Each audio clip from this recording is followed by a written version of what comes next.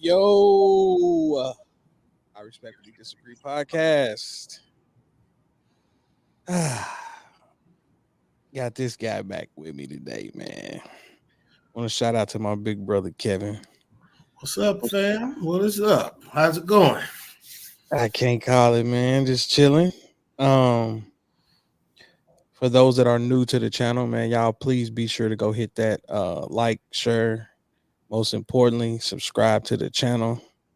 Your boy had a viral moment this week, but it ain't carrying over to the damn to the YouTube, and I've been trying to comment and try to direct people over there. I mean, they tag my TikTok or whatever, like my followers and shit on TikTok is going up, but I wanted to carry over here, man. I finally, like I said, I just had to turn that shit off. It's at like 230,000 on my TikTok, and then on Instagram it was well over 1 million. Some people out of Boston started sharing it. And then shout out to Clyde. He said a friend of his, they was having just a random conversation debating sports. And the guy sent him my video using it as a talking point. And he's like, man, that shows you how small the world is. He's like, man, the guy who created this video was doing it in response to a conversation that me and him was having. And it came full circle back to him. I was like, that just shows you the power of the internet. So it's like that video is going around like wildfire. But like I said, everybody else is going to capitalize off of it, so to speak.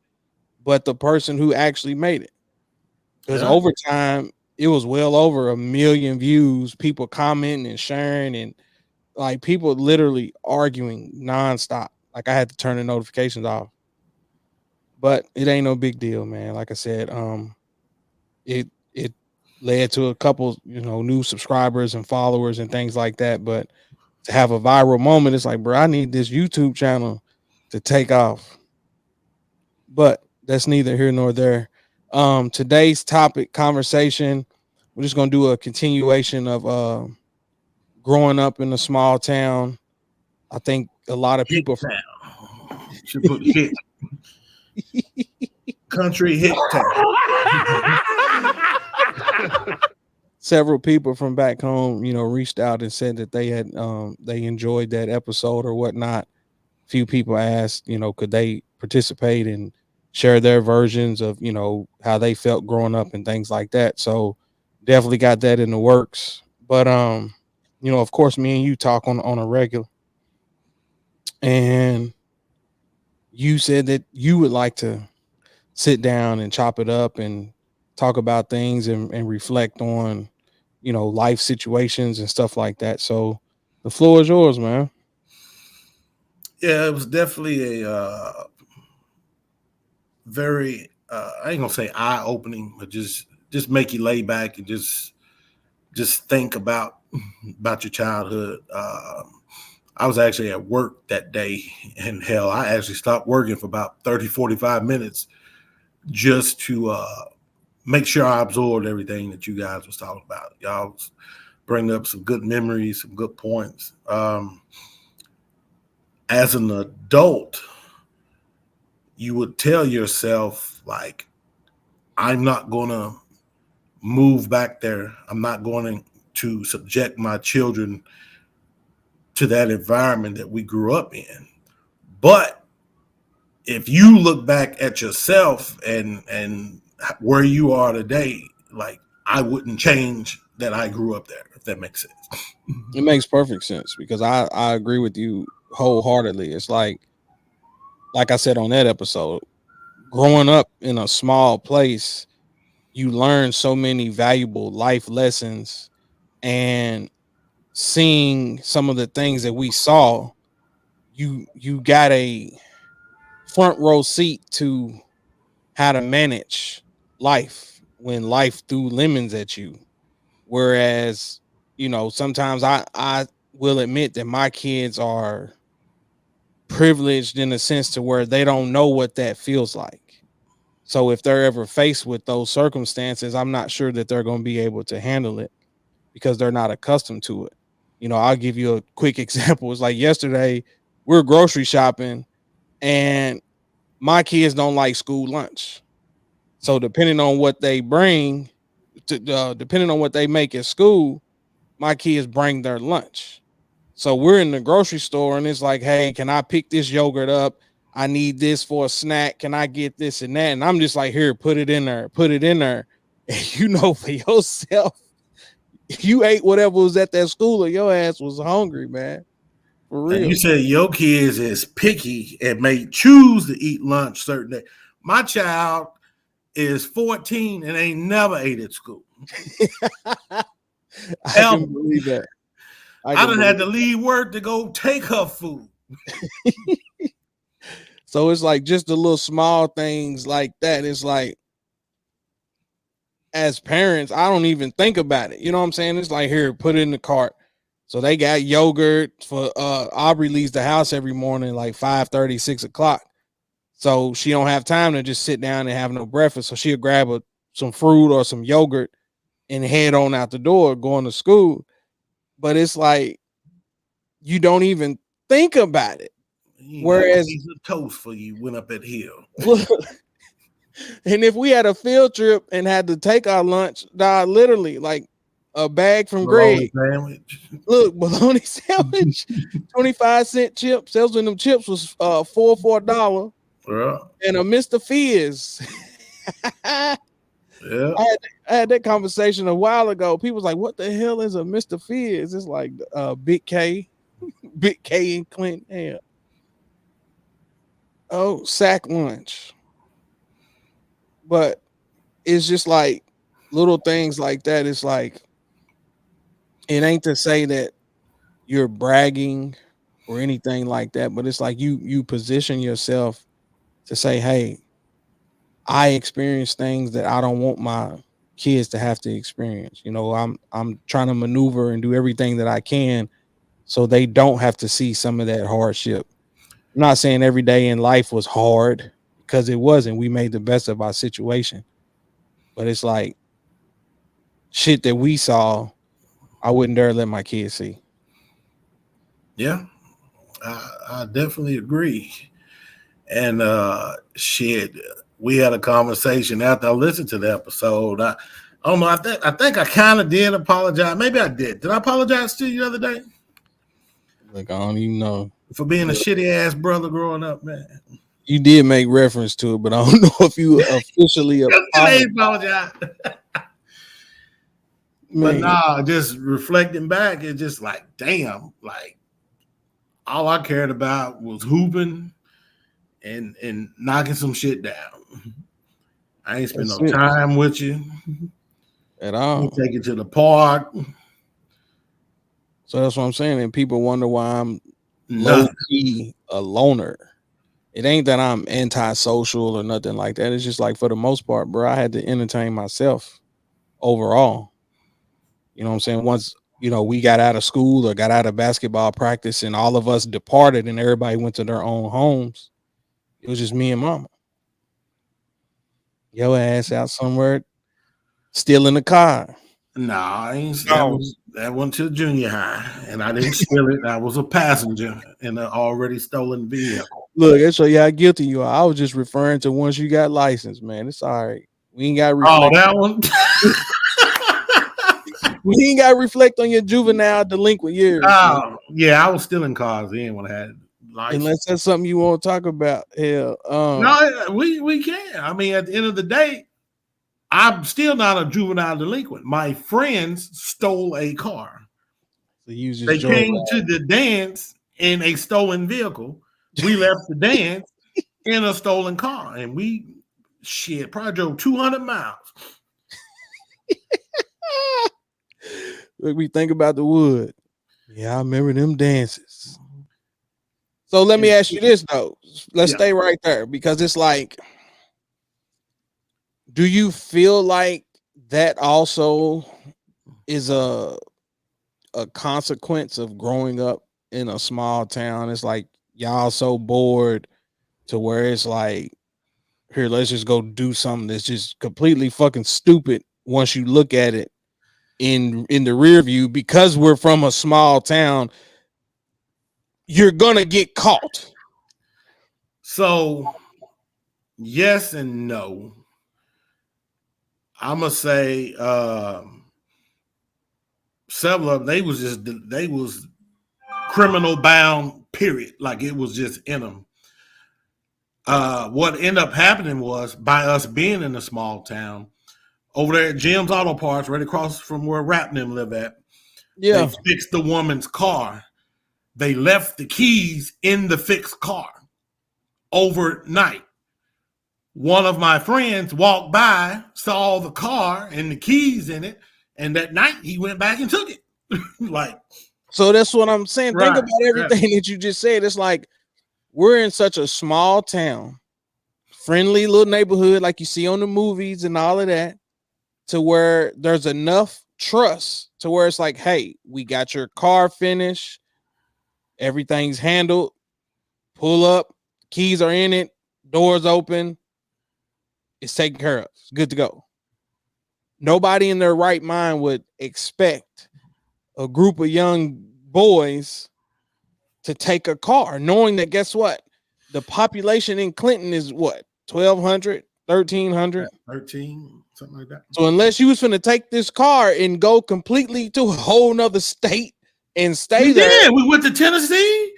You silly motherfuckers came back. What I'm saying, everybody was out of the car. The person that originally stole the car, he rode around in town in it instead of him taking it back. When he got caught, he snitched on everybody. I remember them coming to the door in the middle of the night. 3:30, Mike Riley coming to get y'all ass. I don't know what he talking about, mama. I don't know what they talking about. Man, got that cop car. Man, that nigga was singing harder than Nino Brown. Such and such live here. This is such and such son. Turn right here, sir. Yep. And if he said he wasn't there, he lied. It's like, oh God. We're gonna beat this nigga ass when we get out of here. He's everybody. We picked some dude up in Fulton. He got in the car. He told on a dude in Fulton. Mm-hmm. That's wild. But I'm just saying. It was my daddy beat my. I don't even think child abuse is a word for what I received. That nigga fucked me up. Delinquents. But guess what? Out that whole group, every last one of them went to prison but me. So in other words, you learned a valuable lesson. That nigga beat the criminal mind out of me.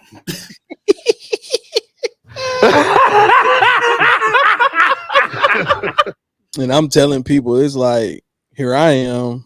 How old was you? What was y'all, 8th grade or something? 7th grade. So y'all what, probably about 13? 14, yeah. So me and you 6 years apart. So that puts me at 8 or 9. And I'm saying that at 8 or 9 years old, I got enough common sense to hear what's happening to you, to know I don't want no parts of that. So that's kind of what kept me on the straight and narrow. It's like, don't get me wrong, I had my moments, but I knew what to do to not get caught. It's like, you know how you doing some shit and then you check the temperature in the room and you see that shit getting ready to go down and you able to evade it before it happens. And it's like, before you knew it, everybody else done got in trouble, but it looked like I'm an innocent bystander, even though I was involved in it too. And that's why I'm just like, I guess everybody don't have that ability to pick up on shit. And I'm just like, nah, I'm mindful of all of my surroundings and what's going on. Even if we cutting up in the classroom, the teacher gonna give you a few warnings and this and that. And then you know when that breaking point is getting ready to happen. Now they finna start handing out detention or isolations and things like that. But it was like, I knew how to avoid that. So real quick before we move on to something else, do you think you all also benefited being from a small town, considering that, you know, law enforcement and stuff knew everybody's parents, knew everything? Because definitely. Had y'all been anywhere else, y'all might have been in some serious trouble. Like, for real. What we got? I got charged what? Joyriding. I had to do some community service, and several of them had the people from the church. Yeah, they can come here to the church and do community. They at the park playing ball, man. I gotta do my time for real. They ain't did nothing at the church. Man, I was mad. You had to go fill out that little log or something, wasn't it? A little journal or something. Yeah. I told you that I remember everything, bro. And that's why I was saying in the previous episode, it's like sometimes I think parents are naive, myself included. You think kids are not paying attention or they're not aware of what's going on. But in reality, they're literally like a sponge and they're just soaking it all up. And I was wearing your ass sitting back. That's what I'm telling you. It's like, bro, like I can recall a lot of things, and maybe that's where there and done described in full detail a pornographical movie at the age of 9. Scene for scene, bro. I was like, wait a minute. That means you watched it. Hold up. But it's like, think about it. And it's crazy because I described the house on the last episode. It's just a straight walk. So it ain't like you got to upstairs, turn here, go here to get to the bedroom, or another bedroom is down the hall to the left. Like literally you walk in, be in that little corner, and then every room is in a single file line. So you always like, hey, don't come in here. This door is closed. Don't come in here. You so intrigued by what you watching and what you got going on, you had never even heard me crack the door. So I'm laying in the floor. You remember the TV used to be in between those two windows. Right. So I'm laying on the floor looking at what you looking at through the crack. And was scarred for the rest of my life. Scarred for the rest of my life. Had no idea. That is crazy. Had no idea. I'm like, man, what is that coming out of his stuff? Had no clue what was going on. It took me another 4 or 5 years. In Edward Penis hands. Man. It took me another 4 or 5 years to understand what really happened in that scene. You was a delinquent for real, man. You ain't had no business watching that. My friends now gave it to me. Their daddies had them movies and magazines and shit. That's why I was tripping off of old boy posts. He just posted earlier. Talk about Avery. Shout out to Avery. You know what? I'm gonna keep up with the comments on that because I was kind of surprised that a lot of the people that was like, I wasn't doing that. And let me pull it up real quick. What did it say? Something about we was doing it in the 7th and 8th grade. The post I got it pulled up here. The post says we was really having sex in 7th and 8th grade. And then half the people on the comments was like, yeah, I'm definitely not a part of that we. And I was actually shocked considering that, they're in a major city and things like that. But it's like, literally, I'm looking at it. And a lot of people are like, most definitely not. Who's we? I was playing Nintendo 64 and basketball at that age. I'm having sex and running trains. we running trains.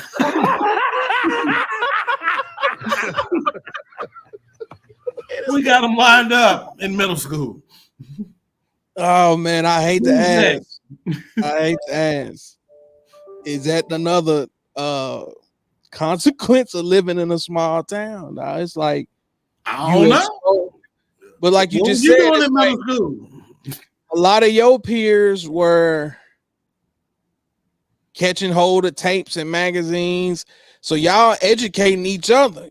So now you got this infatuation with everything that you're looking at and visualizing. And by us being from a small town, and it's like, hey, be back home when the street light come on, you got that freedom to sneak and go do things. We in abandoned houses. We have been up in an abandoned house. So see, I wasn't like that because I told you we've done episodes before, and I told you like for the longest, I was afraid. Like I wasn't going down that path for real because I had older people that was trying to do stuff and things like that. And out of fear, I was rejecting it. So look, we had a basketball game. One of our partners, he with one of them white girls. You know the bunnies. They known to get loose. Man, come on, man. So we had in the hallway. Me and Cuz done whispered a little sweet something to him. Told him meet us by the abandoned house. Her boyfriend in the gym. She done left the school, met us in the abandoned house. So we done comboed it. Boom, boom. This fool, I got enough sense to come home. I went home afterwards. I'm cool. Take me a bath and I'm done for the night. Don't you know Cuz done walk back up in there with her at the same time. Her boyfriend ready to kill that nigga. No common sense at all. I was like, oh, but why would you even do that? Juvenile delinquents, all of y'all. All you doing is incriminating yourself, man. That's it. Like I said, I wasn't that out there. I'll say that. You had a little relationship, whatever. Hey, man, we ain't doing that here. Nope. I'm saying you had a relationship. Even prior to that, I'm saying to you that when I was in the 6th and 7th grade, I was in the car with different people and was getting tried, and I would reject it.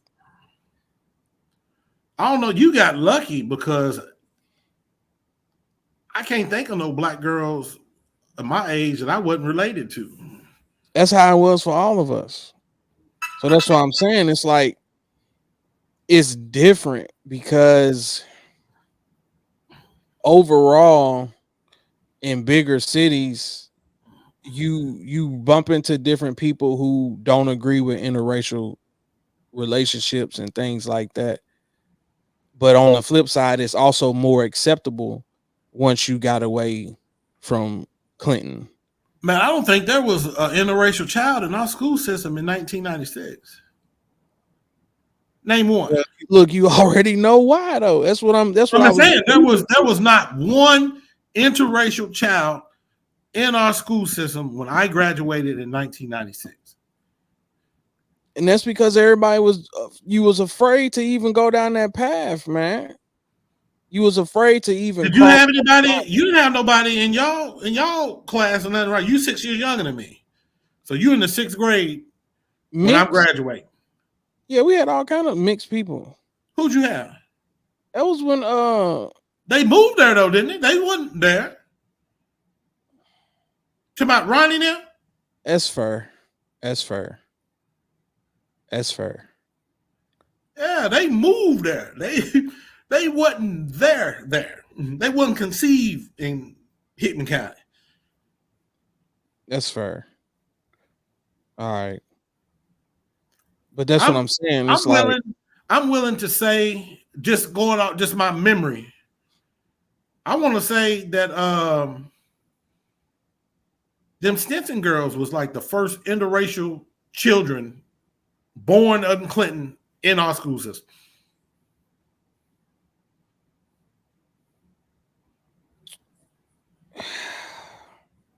I had to sit down and think about that. I'm serious.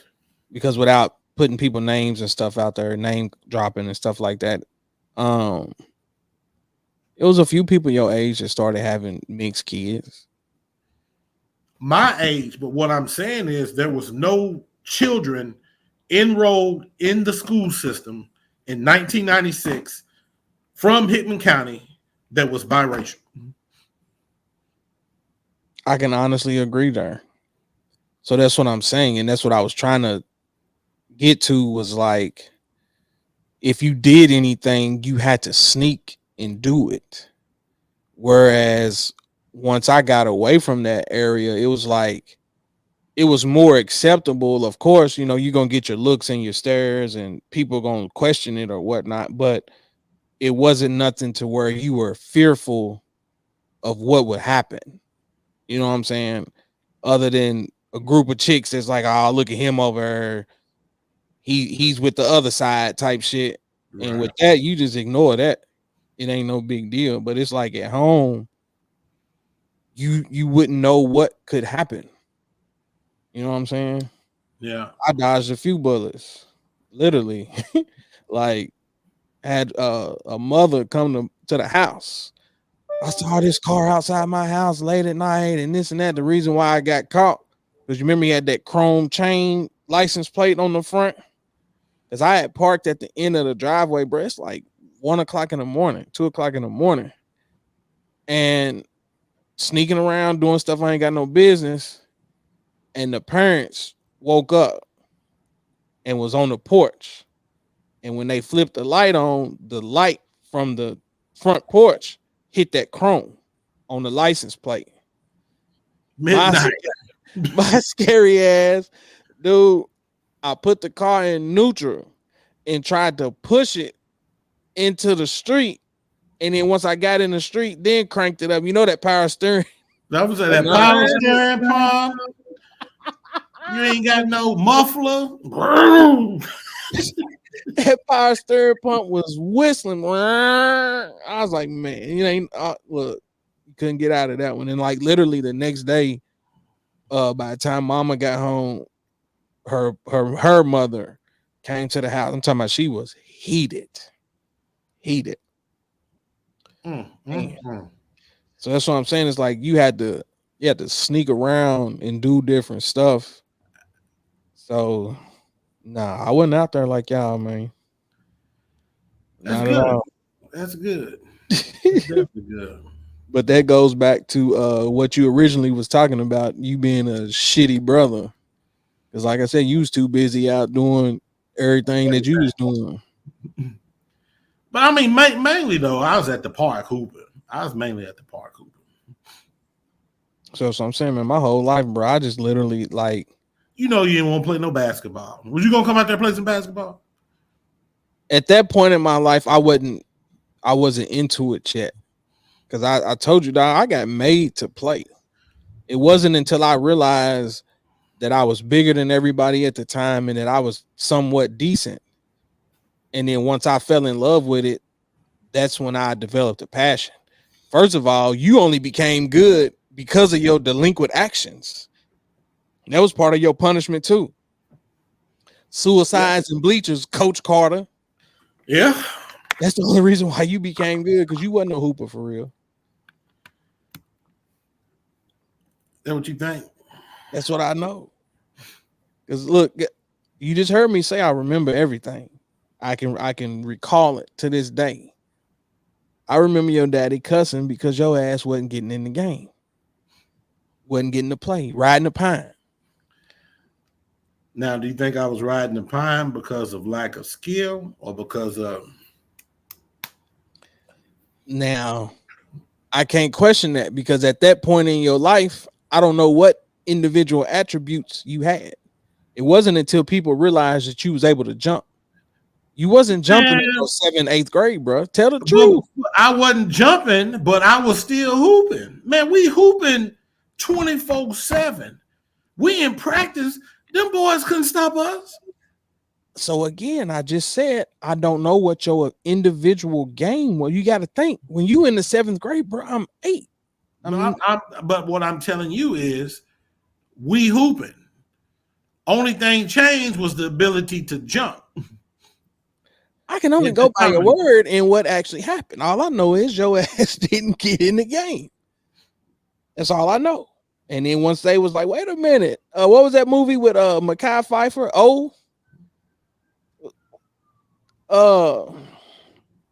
Remember, he was a good basketball player. He fell in love with the white girl from Say the Last Dance. You gotta go back and watch that. Then once they realized you could jump, they start treating you like Will Smith when he was on the basketball team. Shit. Get a ball to Kevin. You was a superstar overnight. But you know what happened to me though? Like, real talk. You won't see me with a 27, 30-point game? Give me a crowd with some sisters in it. Take me to Fulton County. Take me to Tillman. I'm getting you 30, 15 boards, 6 blocks. Will Smith for real. He over there kissing the cheerleaders, dunking on people. Man, them were my best games. Oh, did you never in the audience? Give me that ball, nigga. And go back to them videos and stuff you was watching as a kid. Yeah. That's the only thing you had on your mind. It wasn't even about hoop dreams. You was trying to get numbers at the end. Good afternoon, honey. What's that face for? And it worked too. Hey, they said get this number to number 25. That's me.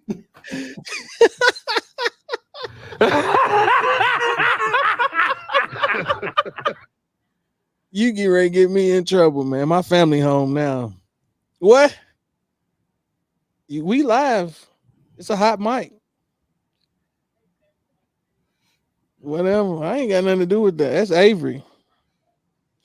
But no, ain't nothing wrong with that, man. Like I said, you had to put on the show, I guess. That was your driving factor. It wasn't basketball itself.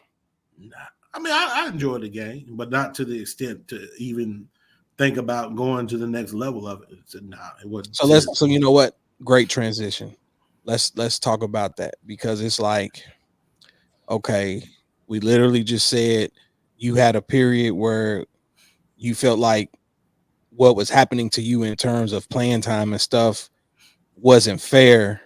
You go from that to now all eyes is on you, to now you have the opportunity to play in college. And it's like growing up in a small town,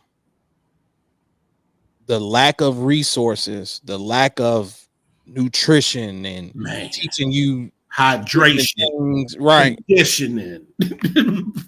It's like didn't stand a chance.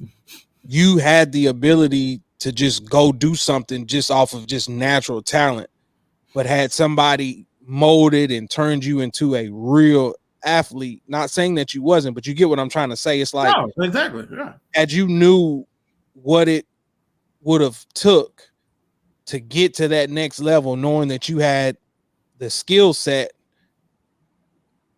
do you think things would have been different? Things would have drastically been different, because I mean, look, think about this. We played in that Class A tournament, right? For the regional, whatever, right? Mm-hmm. All that week, we practicing. I get out of practice, I go hoop at the park till dark out there with Bobby Shields, 10, 11, 12 o'clock at night. That's all week. Monday, Tuesday, went from the weekend on through. We done practice hard. We ain't got no Gatorade. We got some fucking water. You knew we wouldn't have no Gatorade at home, bro. That's out the question. We ain't got no electrolytes. Electrolytes is gone, shot. So Friday come, we play Friday night. Who we play Friday night? Fulton City, Friday night. We went toe-to-toe with Fulton City. Dude hit a buzzer beater, if I ain't mistaken, to beat Fulton City at the end of the game. We had to get up that morning and pray Christian Fellowship. Yep. They had a little Mexican boy on there. That nigga was Chris pulling Johnson. Up. Yeah. He pulling up. I remember, bro. He was giving that's a tough game too. So we played him. We done by 12. I done went to the park. I'm down at the park hooping. We don't play again till that night. So I'm out there BSing around. Shit, by that second quarter, man, my legs said, "No, you done." I done cramped up. Man, couldn't return. Ain't hydrated. Ain't did nothing. That's what I'm saying. All week. No proper diet, because we was eating junk. Yep. With no fruits and vegetables. With none of that. Straight up sloppy joes and French fries and chili sandwiches, grandma cookies. Man. Yeah. So that's what I'm saying. It's like, bro, like there's a lot of perks with it, but then there's also on the flip side, it's like a lot of lost opportunities just off of lack of knowledge, lack of resources. People just don't know better. So going back to what you were saying at the beginning of the conversation, it's like once you leave that area and you see what other things are out there to offer, it's not that you want to turn your back on where you come from, but it's like you've seen it, you've been exposed to this now. So it's like there's no desire to go back I was because living you in know how much the world has to offer, huh? I'm in Houston. I'm divorced. I'm in Houston. Jaden is, how old is Jaden? He's still a baby. He was 3 when I got out the service. He's about 3 years old. He was 3 when I got out the military. And like Houston, Texas, that's 7 days a week. That's something always to do. You don't have to be in a club. You can do a million things 7 days a week in Houston, Texas. Mm-hmm. And mama was like, well, you getting ready to get out the service, you gonna move back home? I said, hell no. No, man. I had to catch myself. No, I ain't coming. Well, what you gonna do? I'll sweep a floor. I'm not coming back. I can't come back here. Town shut down after 8 o'clock, 9 o'clock.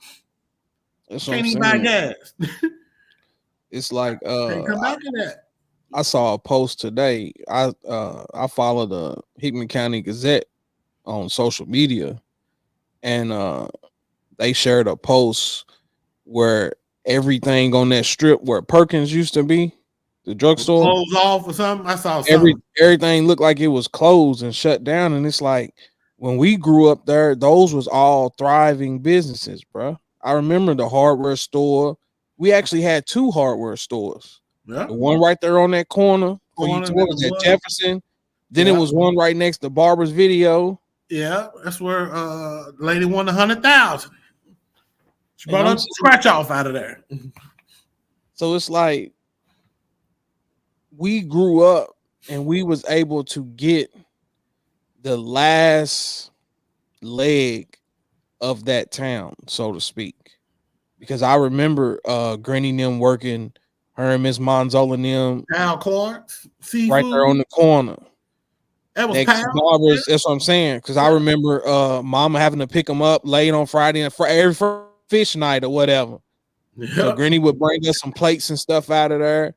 I remember Hal's Country Kitchen. Yeah. We used to have 2 or 3 different little barbecue spots, 2 or 3 different pizza spots. We had the pool room. Yeah, pool hall. Yeah. So I'm saying it's like had the game room. Don't forget about the game room, man. That's what I'm saying. It's like I don't want video games up in there. I don't want to paint the picture that our childhood was just miserable, country little kids, this and that, because that's not true.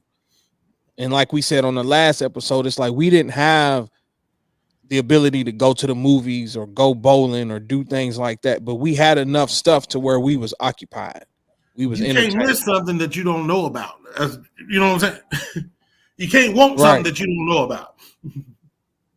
So it's like I'll be 40 in October. So to see it now, and it's like all of those businesses and things are gone. It's like you can't fault people for once they do leave that area. It's like you have to put it in your rear view. You know what I'm saying? And it's like all families basically gone from there, so to speak. You know what I'm saying? It's like other than just a personal desire, here I just want to go. What reason would you have to go? Because there's nothing to do there. You're going to drive there just to have to end up driving everywhere else to be entertained. It's hard, bro. And it's like you don't never want to paint that picture that you done forgot where you came from. And I feel like sometimes that's something that kind of haunts me, or in the back of my mind, I feel like, damn, and I wonder how people view me or think of me or whatever, because I don't go home. I don't go. But it's just one of them things. I couldn't tell you the next time I plan on going back. The thing that bothers, I ain't gonna say bothers, what I have reflected upon over the years. I've been here 24 years. My mama's been here a handful of times. Granny been here once. Aunt Janice came when I graduated from college. I remember that. Um, my homeboys, they've been here a few times, like my close friends. Couple older cousins, they've been here a couple times. But like other than that, like don't nobody mess with me. If I don't come home, don't nobody mess with me. So why, in my head, why I gotta spend a couple hundred in gas, depending on if I load my crew, my little basketball team up. I'm a single parent with 3-4 kids driving 1,400 miles. So that's a 2-3 day trip now. I gotta pee. I'm hungry. My legs hurt. I need a stretch. So now we gotta divide that in half. Yep. Saying to myself, like, it's not worth it. For what? Why am I spending all my resources, all my money, all my time to come home for what? Right. And then I find myself when I'm home, I still got to drive to see people. That's what I'm saying. I was like, bro, once you get there, it's like now you still on the go constantly. So it ain't like a sense of a reunion where you just, warm embraces, sitting back, relaxing, and then you're able to recharge while you're home. And then, damn, all right, my little trip is over. Let's head on back. It's like, no, you've been ripping and running and going to where now you dreading driving back because your ass is tired from ripping and running while you was there. And it's like, bro, like, it's just different now. And I hate that we kind of segue to a kind of cloudy little conversation or whatever, but it's like, bro, like, mom will be gone 4 years in December. I BS you not. I was sitting there looking at videos and stuff from when I was up at the hospital with her earlier today. And I was just sitting back and I was just thinking, and I was just reflecting. And it's like, I'm right there with you, and I'm here in the state. It's like, we got group chats and things like that, and we laugh and joke and go back and forth. But it's like, overall, like you said, don't nobody really mess with you for real. So what's the incentive to say, hey, I'm finna load up and pull up on everybody? You know what I'm saying? Oh. So, like I said, it ain't no love lost. You don't hold no grudges against people or nothing like that. And it's just like, hey, it's just where we at in life, bro. Yeah. Got people I grew up with. I see they active on social media. You know what I'm saying? So they ain't like they thumbs is broke. They active. So I mean, it is what it is. Yep. I'm one of those. It don't make a difference either way. And then when you do see it, oh hey, what's up? And then I keep it moving. We not finna do the pretending we long lost buddies. Nah, I'm with you there. At So all. real quick, like I said, I'm gonna try to shift gears because, like I said, I ain't mean to travel down this road or whatever. So it's like me, Charles, and Grip reflected on the things that we saw growing up and how it was like we really didn't understand or realize it until we got older. And we've kind of alluded and touched on that a little bit. But considering that you're the oldest, you're older than me by 6 years, it's like, what was your perspective of growing up? Or was it to where you were so consumed with chasing new things and different activities where you really didn't pay attention to what was going on? Dude, I didn't have a worry or a care in the world growing up. I ain't have a plan on life. Nigga, I'm getting ready to graduate high school. I ain't even applied to a college nowhere. My day consist get up, go to school. We had some as a player, we had some privileges. I can skip the first couple of periods. I ain't have to be in school to a certain time. I can kind of pretty much maneuver, do whatever. Get out of school, you practice, whatever, and go to the park, chase skirts all weekend. That's what my life consisted of. I had a friend whose parents were in good with the superintendent. He knew some people. We took a school visit to Western Kentucky University. I walked in there, never even heard of it, for one. We walk around this campus, and this guy's got enough pull to where I had a full scholarship when I left to be a teacher. And they was like, well, has he been accepted? This nigga, I ain't even did an application. We had to do an application. I had an application filled out. Daddy paid the fee, and my application was approved. I had a scholarship before I left that campus that afternoon. That's when I learned back then it's all about who you know. Most definitely. And like I said, who in the world has ever even heard of that? Dude, applying and getting accepted on the same day. And walked out with a scholarship and went to college a month later, man. It was crazy. You don't even know how good you had it. Could have probably walked on at Western, bro. D1. Man. And all the skirts that you was chasing would have fell in your lap. They still fell in my lap. That's all right. I'm cool. They still fell in there. That boy was back home 7 months. That's why I couldn't pass bowling.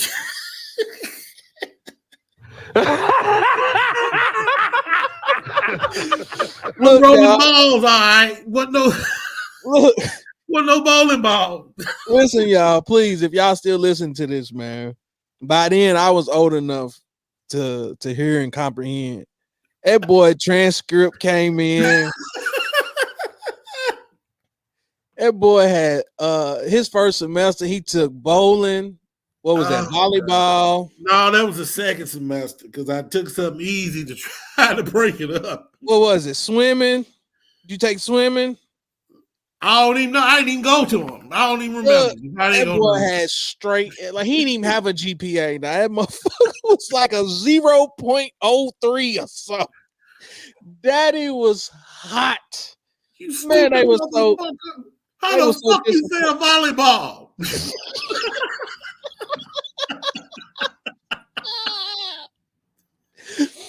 I'm sitting here soaking it all in, bro. That's what I'm saying. I was like, bro, I used to be so mad at you. Give me $10,000. I made your life great. I used to be so mad at you, dog, for real. I'm like, man, here I am, the kid that's got a 4.0, man. Straight A's. And they treated me like I was you, man. They treated me like I was the 0.03. I'm like, dog, how you fail bowling, man? Look, that camp they called the Hilltoppers. All that shit was on top of the hill. So the second semester, nigga, is in January. Motherfucker, it's cold. I got a warm body laying in my bed. You think I'm gonna walk up that motherfucking hill to go hit a volleyball? No. I'm asleep.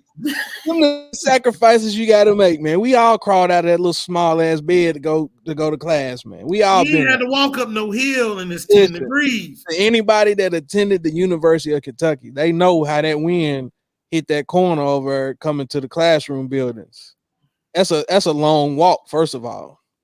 Now look, I done went from smashing in the backseat of the Cougar or in a field to I got a bed with walls.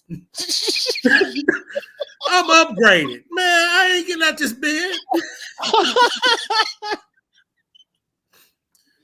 You done turned into Unc now, dog. Hey, I done put stars on the ceiling, them little reflective stars. That boy thought he was Teddy Pendergrass. I got a CD player with remote control with slow music when you walk in. First song, Man, Step into My Room at R. Kelly, boy. man. With all the money that they showered you with just to go flunk. And I went up there with nothing. Man, With fell nothing. out. That boy was back home within 7 months, 8 months max. He was back home, dog. But it's like, you know what I'm saying? Again, not That's to what my GPA is now, nigga. 3.8. I'm proud of you, man. You got it together. University of Houston, 3.8. Thank you. I'm proud of you. We all had to go down that path. That's kind of what we talked about on the first episode. It's like you got to go through trials and tribulations before finally that light bulb goes off. But my mind was, I'm looking at y'all light bulbs, and I knew to keep mine on. I was like, they light bulb ain't hit yet, but I'm gonna look at all they mistakes and everything that y'all doing and learn from it. Hey, we had it bad. You know how bad we had it trying to chase women? Remember the heater cord went out in that Cougar? Which means we ain't had no heat. Which means you don't have no defroster. Man, it kept all them napkins on deck, boy. Boy, we in all three of us in the car with blankets, boots, hats, gloves. They wiping the windows while I'm driving so we can see. I remember all of it, man. I was in there one of them nights. Every Just restaurant. to go see some girls, boy. We had it on the gas station. Hey, bro, go in there and get some napkins. Bring some napkins back. We could have died. No defrost at all in the middle of winter. Blow your breath and you see all of it sitting in the car. Wrapped in a blanket and a coat. Hey, that boy did everything to get to that cookie, didn't he? Man. Then left you at some people's houses. You don't even know. Ladies and gentlemen, oh my God. Look, we may have to do a continuation of this because now you're right. You was a horrible brother, dude. Listen to me, y'all. Listen, okay? I don't even know how I ended up in the car with y'all anyway. Because you know, as a little brother, you're like, can I go? Can I go? Oh, hell no, you can't go. Hell no. And I think this might have been one of them situations where mama was like, if he can't go, you can't go. I think it was. That's the only explanation I can come up with as to how I even got in the car with him. So we pull up at some people's house. I don't know these people. Ain't never seen them a day in my life. We walk in. They know you. Hey, Kevin. Hey, this and that. She in the back. I come in and sit down. You ain't introduced me. Didn't say nothing. This is my little brother, y'all. His name is Adrian. No, nothing. I'm just sitting here with all these people. He in the back. About 15, 20 minutes later, hey, I'll be right back. That boy left me sitting here with all these strangers for hours. Hours. I'm just sitting in these people's house. Oh, God. Didn't have no regard, man. You could have left me with some serial killers, man. Look, I wouldn't even know. You make me think of a house party at Shireen house. The grandmama, everybody was in there. Everybody, that was they used to work at McDonald's in the mall, right? The whole family, yep. Yep. That's why I was like, man, you done left me at these people's house, bro. And then ever since that night, every time I would go to the mall and see them in McDonald's, like, all right, you Kevin Harper, little brother. I'm like, yes, ma'am. Just left me there, people. Man. With complete strangers. For hours. It was worth it. Huh? At the time, I thought it was worth it. Then look, he come back. It had to been every bit about 11, 12 o'clock at night, if not later. So now you know the temperature done dropped for real. So imagine what these windows is doing. Here we are with these napkins. No defrost, no heat, no nothing, man. And you doing 75. You ready to kill everybody. Man. Terrible, boy. Big brother, man. Terrible. I was. I got so many stories that I could share.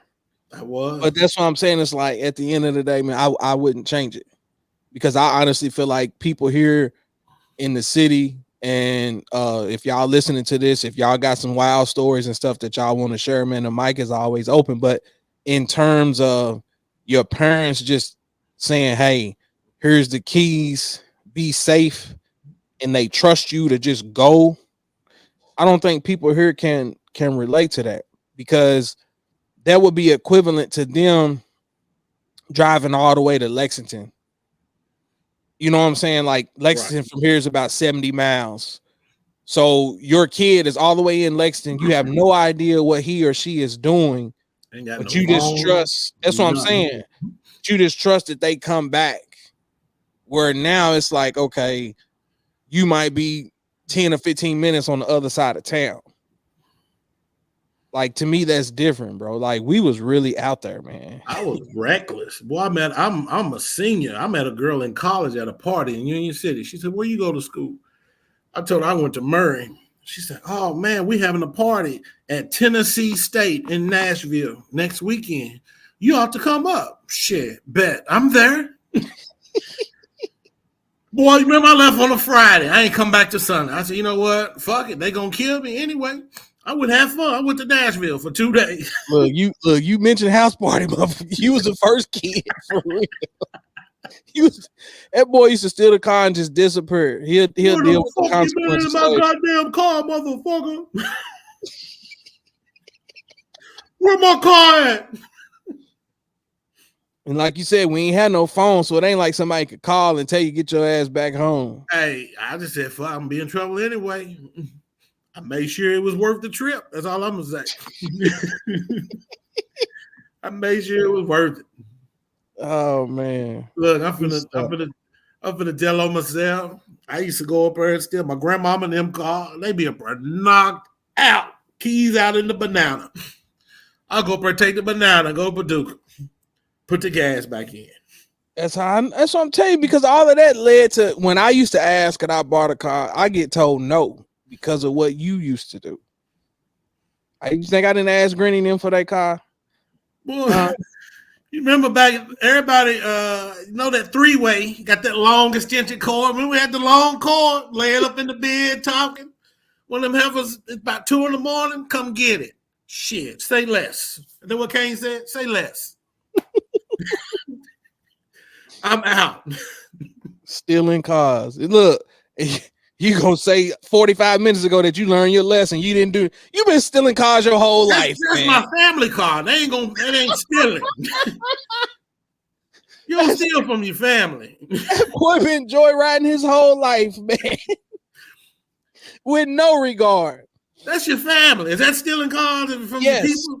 Yes, that man just said the keys was in the car at his grandparents' house, so he just took it. As long as he put the gas, they ain't have no clue, man. Man, it caught up with you that one time, though, boy. When you wrecked that car. Boy. Oh man. I tell you what, the good Lord don't like ugly. He don't like ugly. I had a really good week. I met 4 different people that week. Had a successful week. And I said, man, Knox, it's been the best week of my life. And then 30 seconds later, that damn deer ran off and hit that car. I swear. Boom. I just start crying right there. Like, he knew it was over now. He knew it was a wrap. It's a wrap. Oh man. It is a wrap. Cars, joyriding, staying out late at night, and it finally caught up to him. Whew. And I still didn't stop. That dude damn near killed me. It still didn't stop. Telling you, you were scarred, man. Look, that'll be a separate conversation. Look, I mentioned Unc earlier, Shannon Sharp and him. We might have to do a nightcap and just talk about some of the craziness. Because I'm telling you, dog, you like, boy, you disclosed that at an early age you was exposed to movies and magazines and things like that. So it's like I'm diving into psychiatrist mode now. It's like do you really feel like that didn't mold you into how you view that later on? Of course, because I'm trying to reenact shit. So that's what I'm saying. It's like that. It's like I had a nickname at 6. I got a tattoo at 16 years old. look, I'm known as Kinky K in the community. Tying motherfuckers up. look, we gotta stop. I don't know how to hog tie people.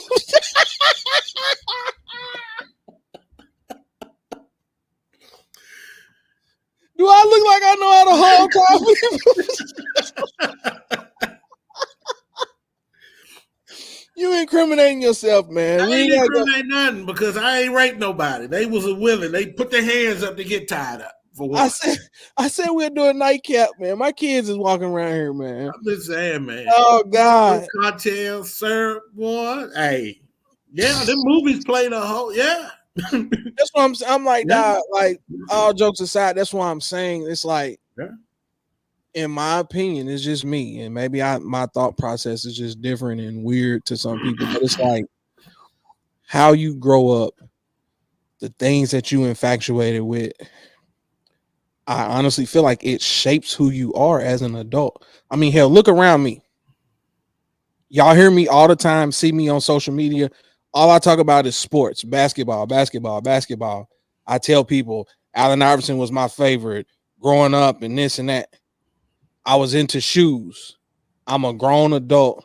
And if you look around me, I'm surrounded by things exactly how I was growing up. Like, for real. So, look, take that same analogy. Thank the Lord we're in a small town and I ain't have nothing to be poking on a daily basis because I probably would have been a teenage father. And look around me with all these kids. Look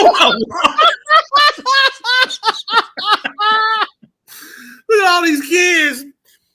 You got Mabaria around your house. I got a wall full of children.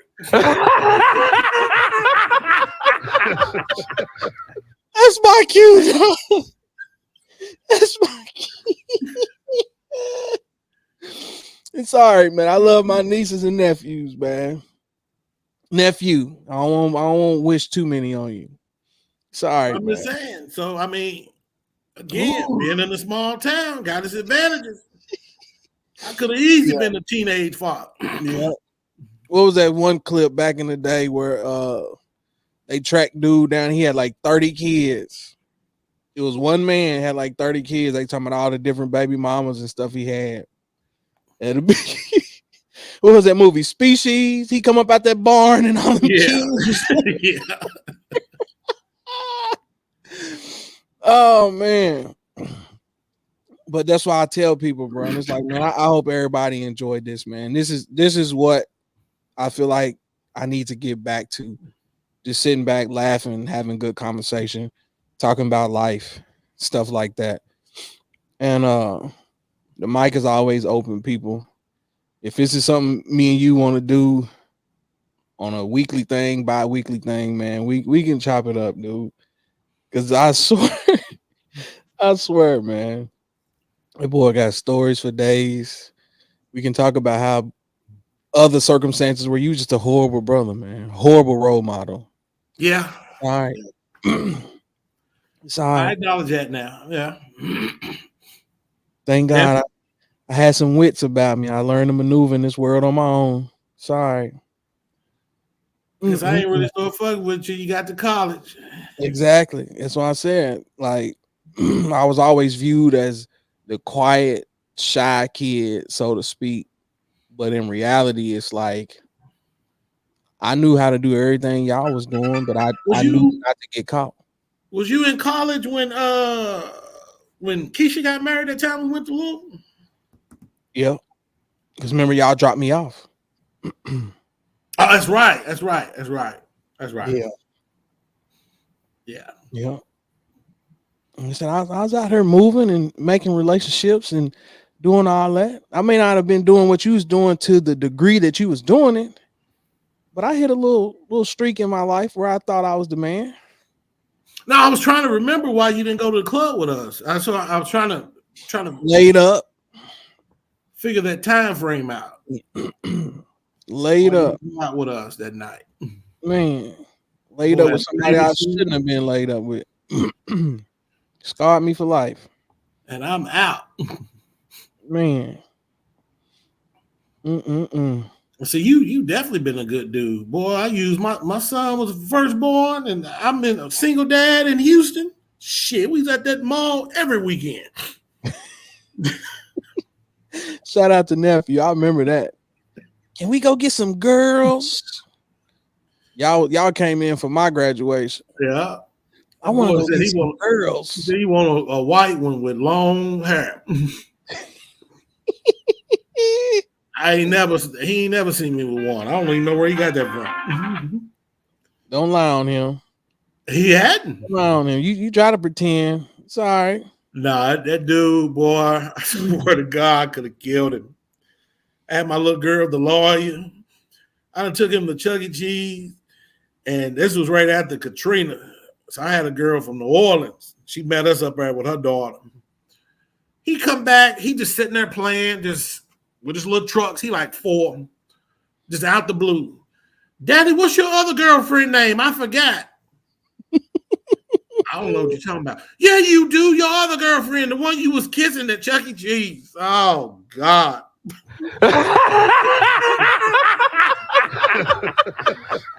Kids Yeah, gonna Daddy, tell what's it. your other? I was like, I don't know what that boy talking about. Yeah. Boy, Kids gonna tell it. Oh, look. After this, we gone because you better be afraid for tomorrow. what's tomorrow? Don't Kaylin start school tomorrow? Kaylin started school. She's going to be all right. Nah, she gonna be in there. Fuck. Well, my daddy said She don't cuss. She didn't cuss at daycare. She'd be fine. As long as the kids give her space, don't get in her bubble, she'll be fine. my mommy and daddy say that. Mommy said, fuck to you. Daddy say bad words. Oh man. She's gonna be CPS. fine. I'm telling you, she's cool until kids get into her space. She don't like nobody in her space. And she's not one of those that's gonna say no. She gonna hit you, and then she gonna say no. Get out of her face. Oh my God, boy. So as long as they don't get in her bubble, she's fine. Goodness gracious. I think we'll be all right. And if not, it's just gonna be a repeat from when Jade was in preschool. Lord, he was bad. Man. That's why I'm in Corpus now. Had to quit my job and move here because he can ready to get put out of pre-K. So real quick, in closing, before we get off here, you grown, you got a family. I'm grown, I got a family. I think you kind of said it earlier, but I just want to make sure. But it's like,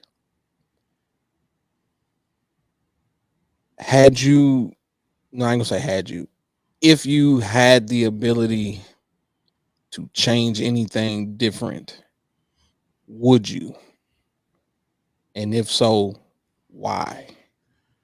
Only thing I would change different is if I could go back, I'd probably take sports more serious, taking care of my body, nutrient wise, stuff like that. But like growing up there, no, I'm cool.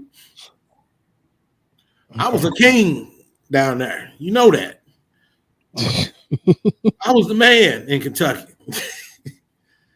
No, I love going up there. It was I'm gonna say Bobby Shields helped me with my game because I hate that dude. I could never be. He had the ugliest form you will ever see in your life, but that shit will go in. Sam lying. Nah, you ain't lying. You ain't lying.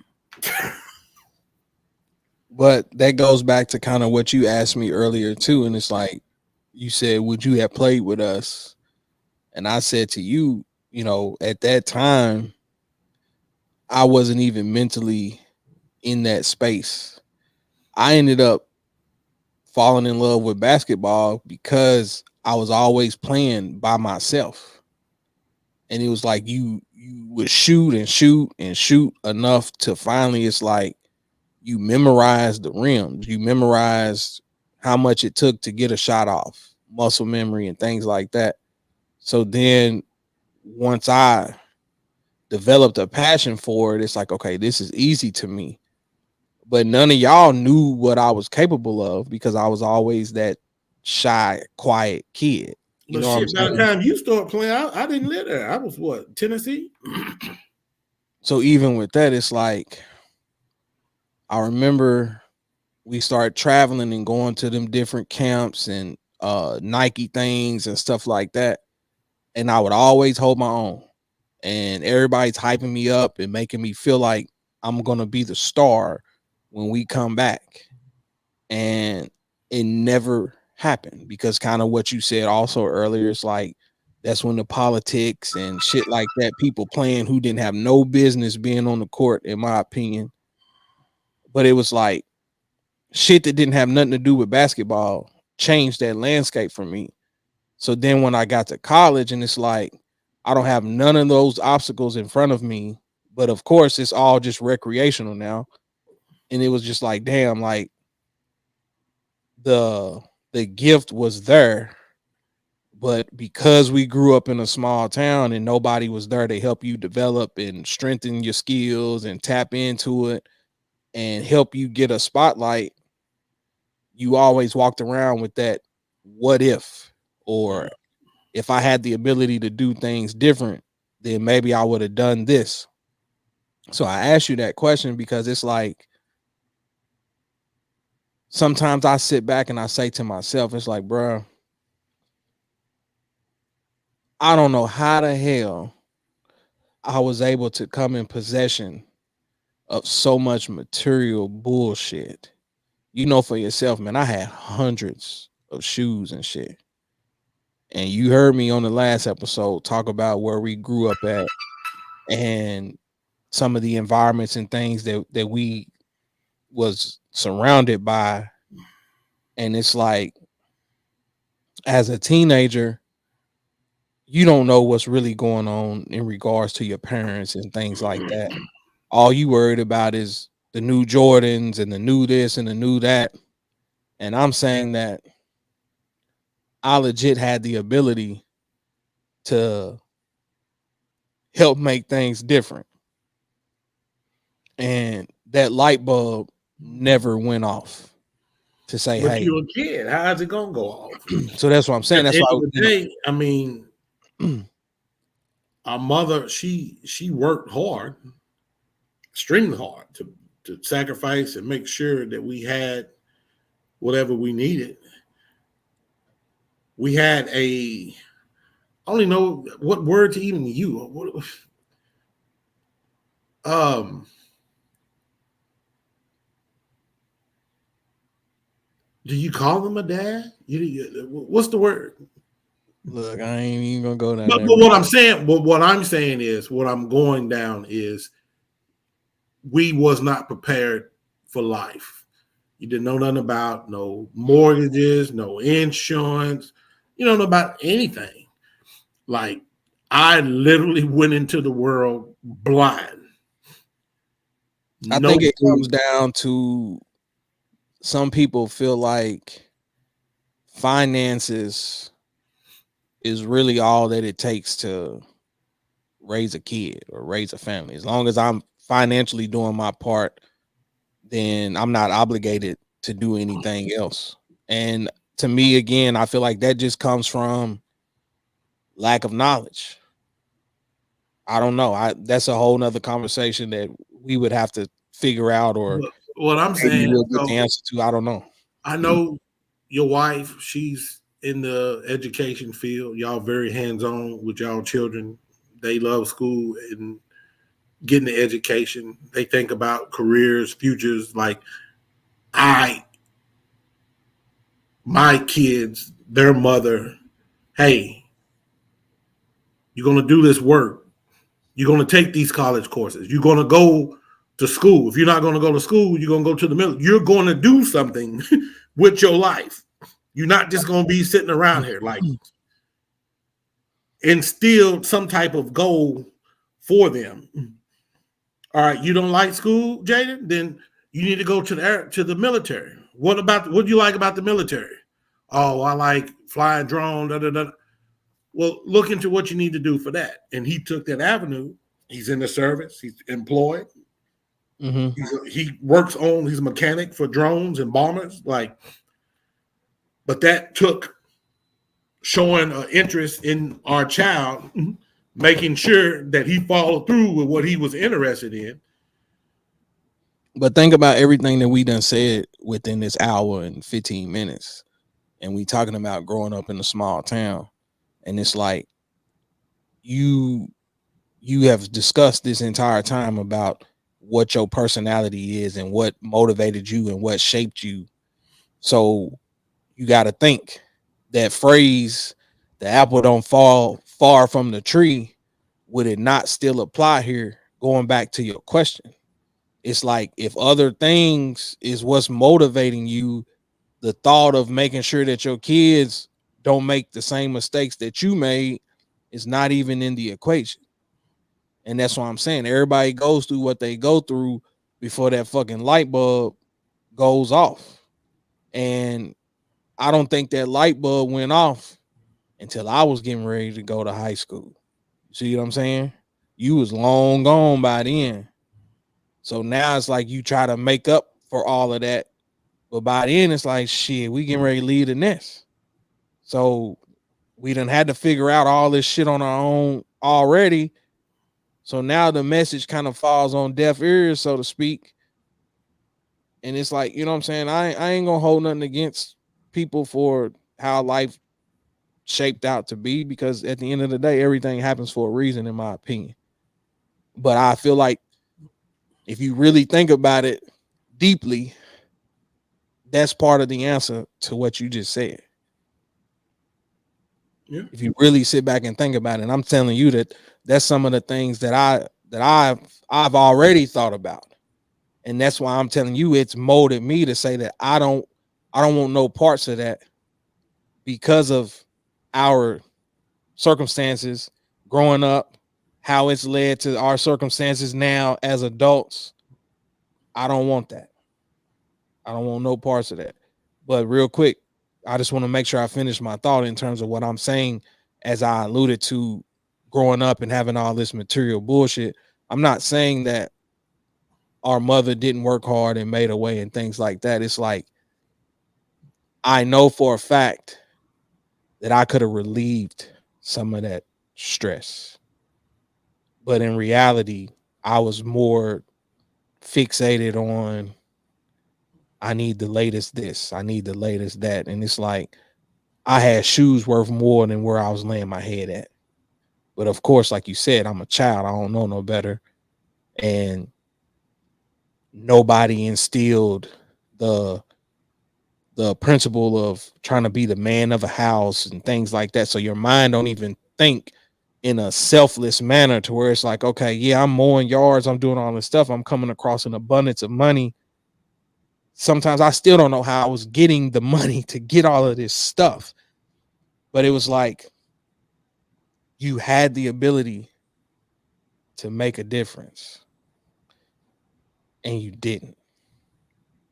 So it's like, that's some of the stuff. And even I battle with that now. And it's like, I done slowed down on shoes and things like that, because now I'm like, bro, my kids are more important than me making sure I got the latest, whatever it is. But it's like, that's some of the things that I think about. So dope conversation, man. Yeah. And hey, last Friday was the last daycare payment, baby. That boy been counting down for 4 years. Congratulations, man. No more daycare. Now, the motherfuckers was like, school don't start till tomorrow. They was like, oh, you got to pay a full week, $225. You a goddamn lie. Take her shit out that basket today. She going home. She ain't coming back. I took off work Monday and Tuesday. No, she ain't coming back. You ain't gonna get my 200. Congratulations, man. You just don't know. You like the Jeffersons now? You moving on up, boy. I'm about to move the fuck up.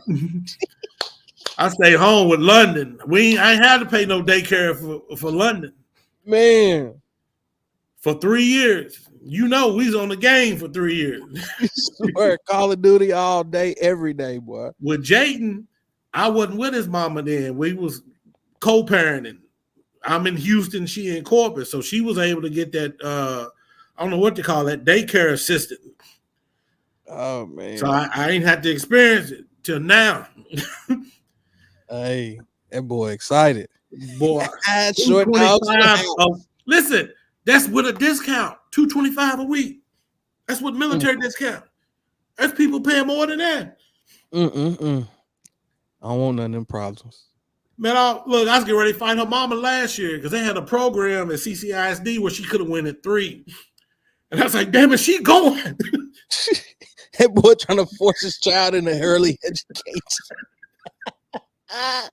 Ain't nothing wrong with that, man. Oh, God. So I made it. Good stuff. Sky's the limit now, man. Who you telling? I'll be in Houston next weekend. Nah, look, nigga, you ain't lying, motherfucker. You ain't lying at all. Great conversation, man. Appreciate you tapping in, man. Hopefully, man, y'all enjoyed the conversation, bro. For those that are listening to it, man, I'm telling y'all, man, like the mic is open.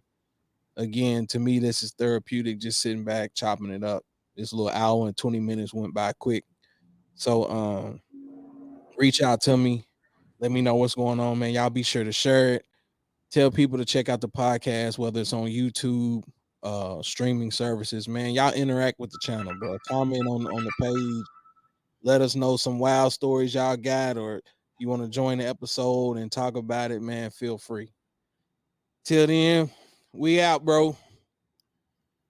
Ass toasted, no competition. Unleashed coasting. I feel so high, I feel so live. My body's in the twine. Unleashed coasting. I feel so live, and I know why. That I can't deny. Unleashed coasting. Giddy, fine wine, fools, malt liquor. Wish me.